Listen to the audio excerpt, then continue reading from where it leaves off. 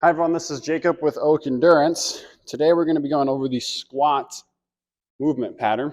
Okay, very fundamental movement pattern, one of the 7. Now this is a lot different than the bend and the hinge movement, right? A good way to kind of think about where this idea of the squat pattern originally comes through is I always think back into olden days or whatnot when we would pick berries, right? And we would sit in this position all day, right? And at some point we stopped really squatting ever, and now a lot of people have really improper squat mechanics. And if you walk into a typical shoe store, the first thing that they do to measure whether or not your feet maybe are pronating too much or too little is have people do a squat, and everyone, when they do the squat, their ankles roll in, and then we put them in a stability shoe. Right? When in reality, if we just fixed everyone's squat, we probably wouldn't have that issue. Okay? Now, when it comes to the squat, okay, there's a few key things we're going to be looking for. We're going to start with this viewpoint. Okay, as I'm squatting down, you'll notice how my knees are tracking my toes the whole time. Okay? Knees track the toes. All right? From here, my heels, okay, are flat and they're pushing the ground apart. Okay? A lot of times I see people do this type of thing. Like I just mentioned with the shoe example, you do not want that. You want your heels to be pushing out the whole time, okay? Very flat, okay? If you are in shoes that have a heel lift, which is ironic because I am right now, okay? The shoes with the heel lift, they're gonna slightly push you forward, right? If you imagine doing a squat in like high heels, right? It's a lot harder to keep the heels flat, right? Most shoes have a heel lift. That's why I would always recommend in the weight room, try to squat barefoot if you're doing, for reps, not making a video like this. And if you can't do that, use a pair of CrossFit shoes or something that's flat, okay? From there, we're also looking at the upper body. Is it falling forward? Okay, is it caving in here? Right, things like that. From this viewpoint, we're going to look specifically and make sure that the 2 arms aren't doing this type of thing. Okay, no rotation in. Okay, the arms and the palms would just face each other, whether they're here or here. Okay, as we're going up and down. Okay, core is tight. All those basic fundamentals as well. All right.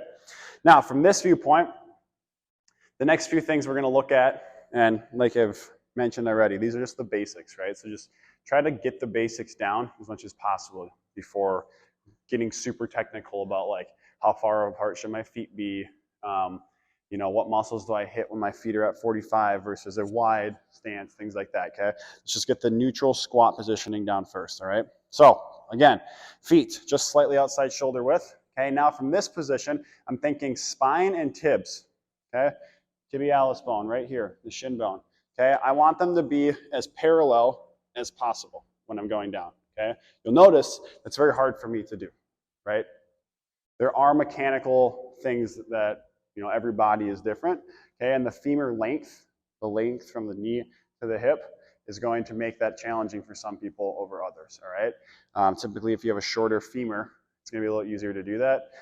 Also, what are you doing outside of the weight room, right? I run a shit ton, okay? So these types of things, these are things I want to work on in the weight room, and these are things I recommend you also work on, okay? So, like I said, the shins and the spine should be as parallel as possible, okay? Do whatever you can for that moment and work on that, okay? And try not to progress this much until you can really do that.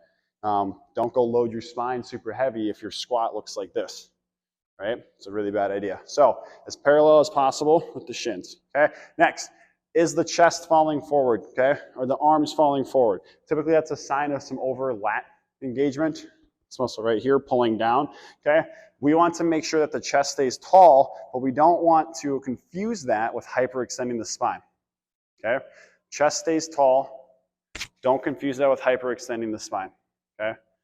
Tall chest, all right?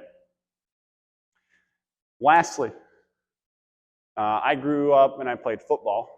And in the weight room, we were always told, look up when you do a squat. And I wish there was more common knowledge for how false that statement is, okay? When you do a squat, you do not want to look up like this, okay? You see people all the time, heavy weight, they're doing this type of thing, okay? All you're doing is hyperextending your cervical spine. That's not good. It's just as bad as hyperextending, maybe not just as bad as hyperextending your lumbar spine, that's loaded, but it's also not good, okay?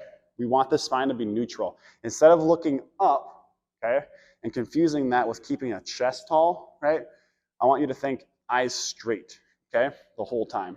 Down, up, okay? There's a lot of information. Like I said, just stick with the basics, all right? A few key things. Keep the feet flat, okay? Don't fall forward. Core is engaged. Try to keep the shins and spine as parallel as possible, okay? If you have questions, go ahead and reach out. My name is Jacob with Oak Endurance. Thank you.